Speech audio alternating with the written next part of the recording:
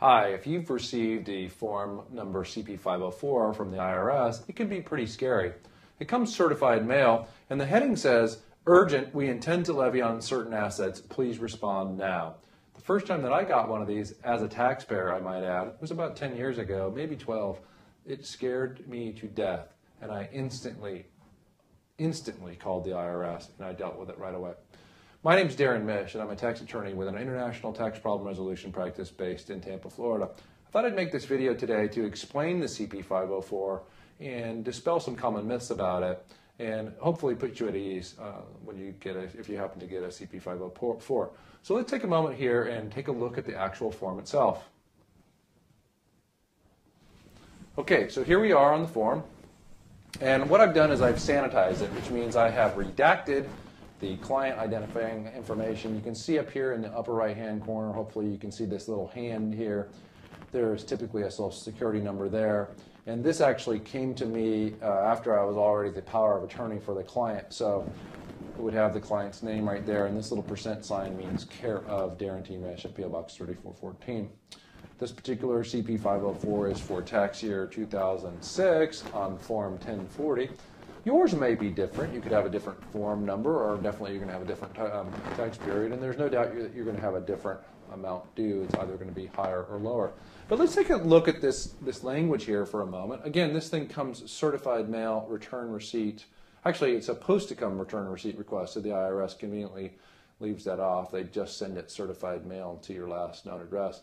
If you look at this, it says urgent in really big font. It says, "We intend to levy on certain assets. Please respond now." But if you dig deeper into this language, it says, "All records indicate that you haven't paid the amount you owe. The law requires that you pay your tax at the time you file your return." Well, no kidding.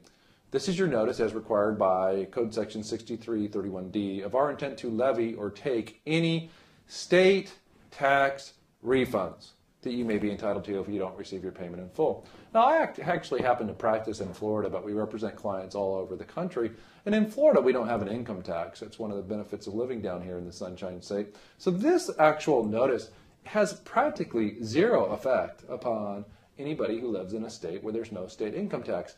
Now, it also does increase the penalty rate by 0.25%, I want to say per month. That may not be exactly right, but it does increase the penalty rate, and then eventually that additional penalty is exhausted. So if you look at this form, what does it say? It says, urgent, we're serious about this, and if you don't pay or contact us and make some kind of arrangements, then we're going to take your state tax refund.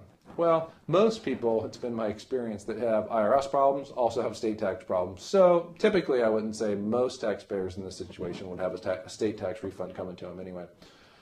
But I wanted to explain that I think it's typically a good idea to deal with these things. It's also a good idea to find representation in these types of situations, because typically soon after a CP504, you're then going to get a final notice of intent to levy, which is typically a letter 1098, although not always. You're going to get a final notice of intent to levy, and then sometime shortly thereafter, then you're going to get wage levies and bank levies. I'm often asked, well, how long? What's the correlation? What's the time frame from the time that you get a CP504 until the time you get a wage levy? Well, I wish I knew. There's no crystal ball. It's all over the map. I've seen it happen as soon as 60 days, and I've seen it happen as long as never. So really hard to predict when a levy may occur. So that's about it for the CP504. I'd like to say thank you for watching this video. I hope it was informative. If you'd like some help with these types of IRS problems, I'd encourage you to give us a call. You can reach us toll-free at 888-438-6474. You can visit our website at getirshelp.com, or you can go ahead and email us at contactus@getirshelp.com. For everyone here at the firm, I'm Darrin Mish, and I'd like to thank you for watching.